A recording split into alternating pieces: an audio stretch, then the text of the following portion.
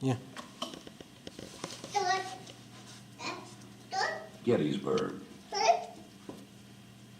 Vicksburg, Chattanooga. Union success in each of these 1863 campaigns played a pivotal role in the outcome of the Civil War.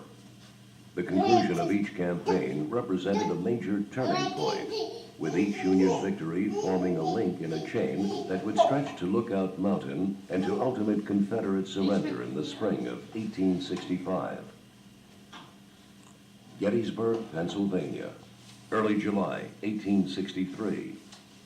A strong Union force intercepts the advance of Confederate General Robert E. Lee's troops into Northern Territory. In a titanic battle, the Confederates make valiant efforts to break the Union lines, but after 3 days of bloody fighting, Lee's army is crippled and withdraws southward in defeat. Any potential Confederate threat to several major northern cities is undone. At the same time, 1,000 miles to the southwest, Vicksburg, Mississippi, the Gibraltar of the West, a strategic Confederate transportation point on the Mississippi River, falls to Union General Ulysses S. Grant. By taking Vicksburg, Union troops cut Confederate supply lines from the west and open Union access to the river. Chattanooga, Tennessee, has also been a major focus of Union military leaders, including President Abraham Lincoln. Surrounded by mountains, Chattanooga has the Tennessee River, roads and railroads radiating in every direction to Nashville, Memphis, Atlanta, Richmond, and beyond. Supplies crucial to the Confederacy's civilian economy and war effort move over these various transportation arteries.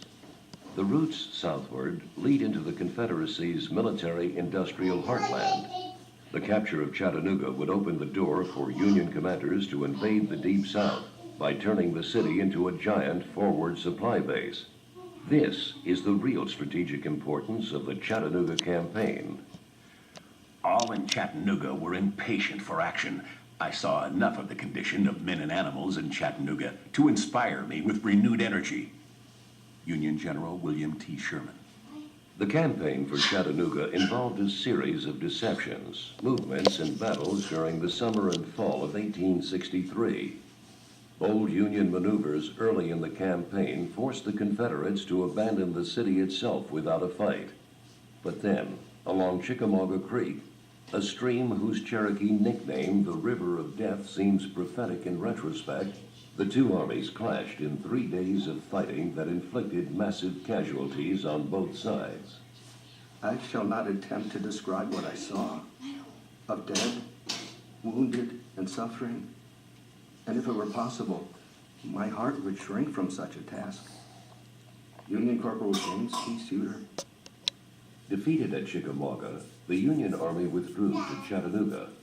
The Confederate Army, led by General Braxton Bragg, lay siege, forming a semicircle around the city, largely cutting off supplies to Union troops there, hoping to starve the Union Army into submission.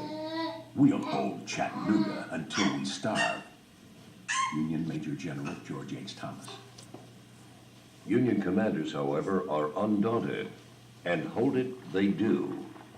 With the arrival of the first reinforcements, Union troops succeed in opening a new supply line through the use of steamboats, wagons, and a pontoon bridge. Since a staple of Army food is hardtack crackers, the new supply route is quickly named the Cracker Line. The soldiers were jubilant and cheering. Full rations, boys. 3 cheers for the Cracker Line, as if we had won another victory. And we had. Union Lieutenant Colonel William G. LeDuc. By November, the campaign for Chattanooga approaches its climax as the reinvigorated Union Army takes the offensive. We greatly outnumber Bragg's army, and if in our attack we can bring the crushing weight of our full force to bear, we are sure to win. Union Major General George H. Thomas. First, on November 23rd, General Thomas's troops take Orchard Knob from the Confederates. The following day, on Lookout Mountain, where Confederate troops are dug in along the rocky slopes, forces under Union Major General Joseph Hooker successfully assault the enemy through misty rain and low-hanging clouds.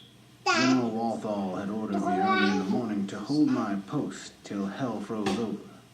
Thinking that the ice was about 5 feet over it, I went up the line and ordered my regiment to retire slowly in a skirmish line.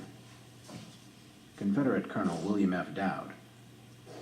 The clouds and smoke that obscured much of the action from observers earned the fight the nickname, the Battle Above the Clouds.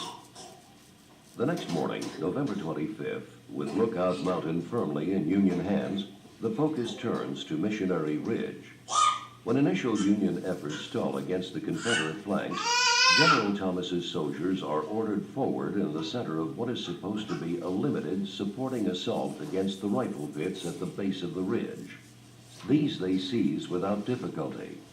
Not knowing the intended mission was accomplished, Thomas's men continue the attack up the steep slopes and break the main Confederate line at the crest.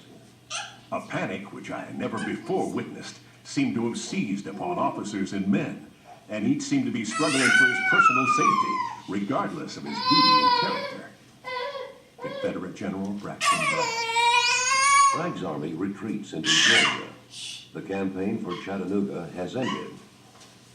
Chattanooga is firmly in Union hands, and the gateway to the Deep South lies open.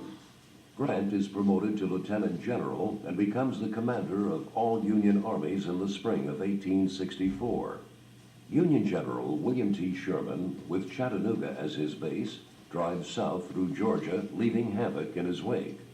Although the war would continue for more than a year after the campaign for Chattanooga ends, the path to ultimate victory by the Federal Army and restoration of the Union are now firmly established.